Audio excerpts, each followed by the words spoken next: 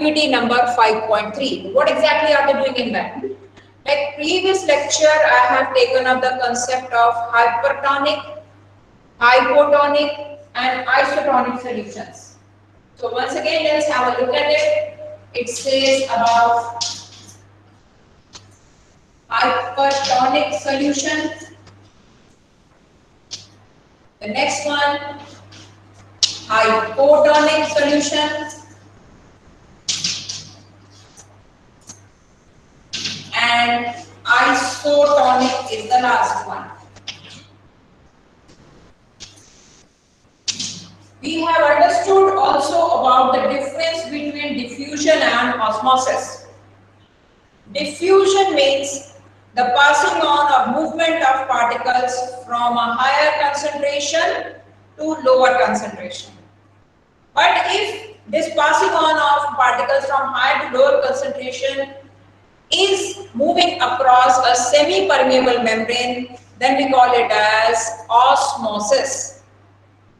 One condition, semi-permeable membrane, and second, here we are discussing about the movement of solvent particles. Solvent, or in other words, in many of the books you will find it the movement of water particles. Why water? Because water basically is universal solvent. It dissolves n number of substances in it. So what about this hypertonic solution? If you keep anything in hypertonic solution, because hypertonic solution has less water, that way you remember. It has more solute but has less water. Hypotonic solution has more water concentration in it.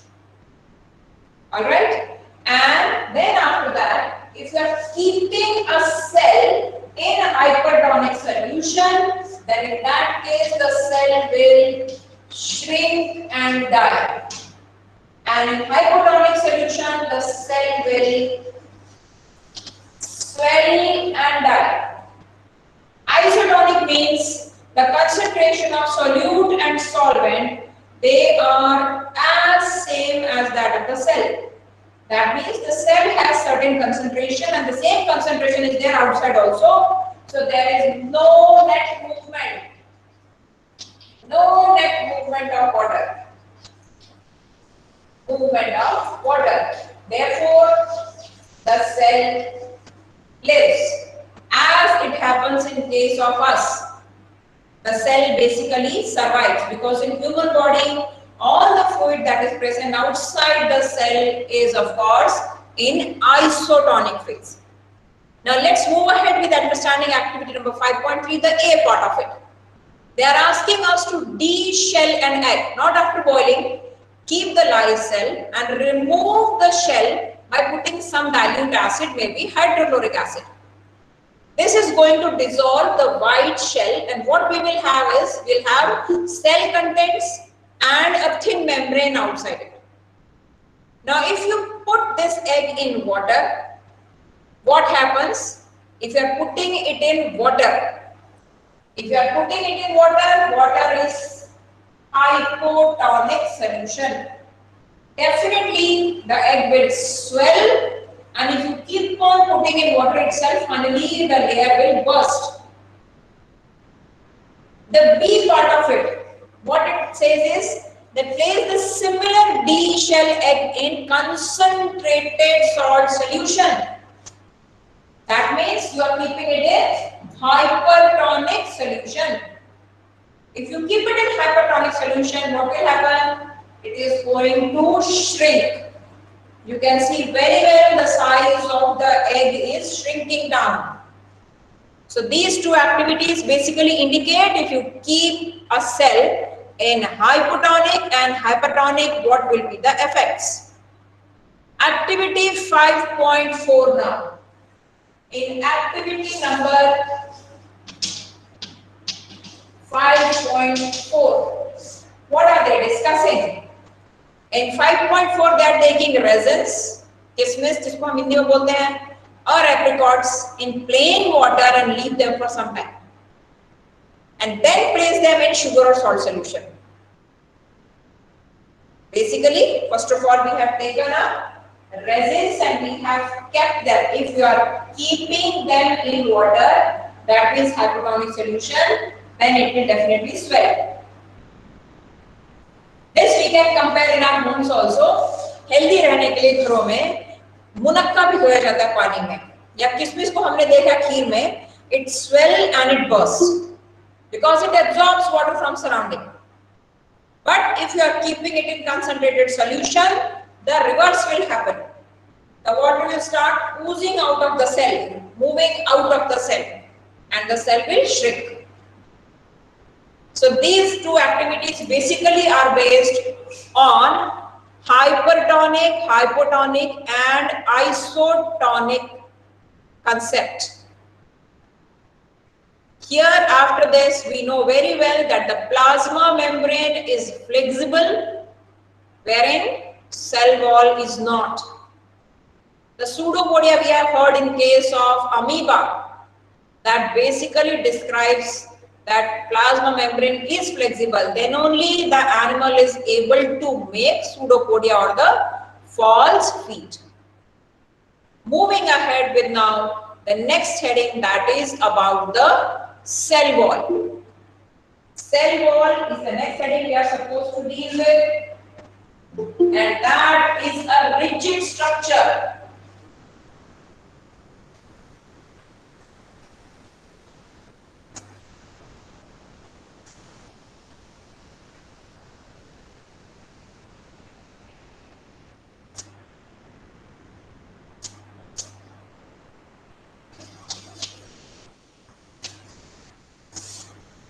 Cell wall. We can have a raw idea about how the plant cell looks like. It will have the cell wall, and of course the next to it, it has this cell membrane or the plasma membrane and the remaining contents inside it. It will have this large vacuole and the nucleus. Now let's deal with two things initially. If you are keeping two of the cells, plant cells, we have taken up, and plant cell of course outermost is the cell wall, and we are dealing only with these two contents right now. The cell wall that cannot change its shape, and the cell membrane that can change its shape, it is flexible. If you are keeping plant cell condition A in hypertonic solution. Hypertonic means it has less water outside. If the water present outside the cell is less, automatically the water from within will start moving out. What will be the end result? We are expecting the cell to shrink and die. But that shrinking and death happens in case of animal cell. Here, the cell wall cannot change its shape. So what will happen?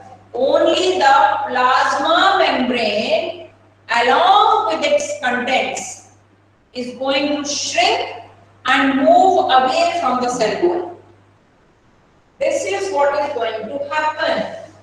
This plasma membrane that we have inside will no more in this shape. It is going to start shrinking because water is being oozing out of the cell. So what will happen? That it is going to come near to some part of the cell wall with all its cell contents. Cell membrane.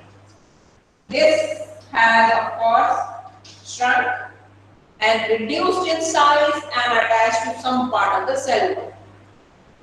This is what happens if you are keeping it in a hypertonic solution. Hypotonic also, it is going to absorb water and the cell membrane is going to literally stick to the cell wall, but definitely it cannot burst open as it happened in case of animal cell because the cell wall is very rigid. Remember that. So this phenomena specifically, that means once you are keeping a plant cell in hypertonic solution, it loses water and its cell contents, they arrange themselves at one corner of the cell. We call this phenomena as plasmolysis. The phenomena is known as plasmolysis, and they have explained this phenomena in activity number 5.6, wherein they have taken rheolite and trying to observe this rheolite after putting in water and of course then sugar solution. What we see is that cell contents, basically they will move away from the cell wall. Cell wall will not be as we expect it to be, that it is almost dead. It's not. It allows the passage of water, and cell contents and cell membrane, no doubt we know that they are living. And as we have also taken up the example on the very same page, certain cells like those of plants, fungus and bacteria, if they have excess of hypotonic solution outside, that means a lot of water is there outside, they will keep absorbing water but they will not burst. This is the advantage of the cells with cell wall. Yeah, no doubt. What will happen in such cases? Let's understand that also. If you are keeping the same cell, plant cell, in a hypotonic solution, inside the cell wall, the cell membrane is going to keep on absorbing water, lots and lots of water. And what will it do? It will start swelling up, like as though you are filling up a lot of water in a balloon. Ultimately, this membrane is going to touch the cell wall, and it tries to apply the pressure on the cell wall. Then why the cell will not burst? Because the cell wall also applies the same amount of pressure towards inside. This equal pressure keeps the cells intact, keep the plant cells living. Be it we are talking about the plant cells, fungus or bacteria, these organisms who have cell wall, two conditions once again we'll recall and then we'll start writing. Basically two things. One, if it is kept in a hypertonic solution, the cell contents will start losing water. It will lose water from inside to outside, and we call it as exosmosis. In this case, this is what we call as plasmolysis, and this happens due to exosmosis. That means the moving of water outside the cell. And if you are keeping the plant cell in a hypotonic solution, it will keep on absorbing water from surrounding, swell, membrane will only swell, cell wall remains the same. That means if you are observing it through microscope, there won't be any change in the shape or size of the cell. Why? Membrane will swell, cell wall remains the same. Membrane, after swelling up completely, applies the pressure on the cell wall. Cell wall in turn applies the pressure towards inside of the cell membrane, and these two pressures, they balance, and the plant cell, fungal cell or the bacterial cell lives. Moving ahead with the next heading, that is about nucleus, and it is very, very important. Nucleus, as we see that in case of plant cell and animal cell, the location itself is different. In case of plant cell, we see that the vacuole is big enough that it shifts the nucleus at one side.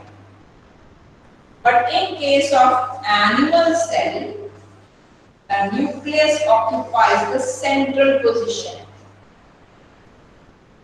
Well, be it a plant cell or an animal cell, these two cells, they fall in the category of what we call as eukaryotic cells.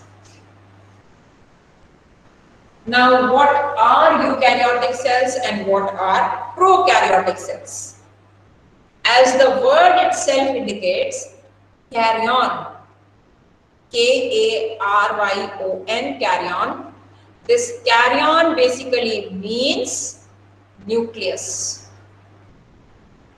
And this karyon, if it is there completely and well developed, then we call it as eukaryote. But if the nucleus is not well developed, then we call it as prokaryote. Now, what is the meaning of the term being well developed and not being well developed? Let's have a look at this diagram number 5.4, the prokaryotic cell. In prokaryotic cell, you can very well see that means that this is actually the diagram of a bacteria. In case of bacteria, you will have cell wall, plasma membrane, ribosomes are also there, but this region, this central region, wherein all its nuclear material lies. If it has a DNA, it will be there. If it has a RNA, it will be there. But this doesn't have a membrane around. The nucleus is not enclosed inside a membrane. So therefore, we call it as nucleoid. We call it as nucleoid and not nucleus. Remember that. In case of prokaryotic cells, the nucleus is not well developed. The genetic material is kept at a place, no doubt. But the genetic material is not surrounded by a nuclear membrane. In case of a eukaryotic cell, as it happens in case of a plant cell or an animal cell. Eukaryotic cells have got these two examples. Very well we are aware of these, plant cell and animal cell. We call this particular region wherein all the genetic material lies, we call it as nucleus. Why we call it as nucleus?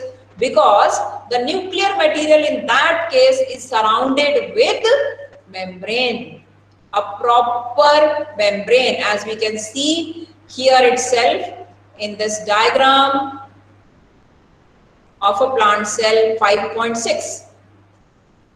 See, this nucleus has got this membrane around it, the membrane that surrounds, and inside it lies all the genetic material. So therefore, we call it as a nucleus. We call it as nucleus, but in case of bacteria, we call it as nucleoid. Let us open up this page number 63, wherein we have the differences between prokaryote and eukaryotic cell. Here, we can very well see that in case of prokaryotic cells, they are generally small in size. It's very, very clear, Bacha. If you are talking about prokaryotic cell, that is bacteria, that will be the smallest. And among eukaryotic cells also, I should tell you, animal cells are smaller in size, plant cells are larger in size. But all in all, we can say that yes, of course, eukaryotic cells are larger in size. Now, second point says, nuclear region well defined and surrounded by a nuclear membrane. Just opposite to it, we are supposed to write up here, nuclear region not well defined and not surrounded by a nuclear membrane and known as nucleoid. I repeat, in the second point, we are supposed to just reverse the language from here to here and we are supposed to write down nucleoid. Chromosome in case of prokaryotic cell is single, wherein in case of eukaryotic cell, it's more than one. And if prokaryotic cells do not have nucleus, something that is very, very important, that is the nucleus. If that too they do not have well developed, that definitely means that they will not have cell organelles. अगर nucleus के आसपास ही membrane नहीं है, definitely membrane वाले organelles भी नहीं होंगे. What are these organelles term we are using? That means the part of the cell that performs a function. Mitochondria, lysosomes, Golgi, all of them. So membrane-bound cell organelles are absent in case of prokaryotic cell, and in case of eukaryotic cell, the membrane-bound cell organelles are present. This is what we are supposed to deal today, and in a short while, I am going to put some assignment in your group. Please make sure that you are doing it in due course of time. The last dates are always mentioned there. Ma'am, uploaded. Yeah? Ma'am, uploaded. Uploaded, very good. And I'll be checking and giving it back to you. Same for this particular one also. I am going to put this assignment in the group. Please make sure that you are completing this work in time. Today also I'm going to send some assignment based on what I have taught you just now, and make sure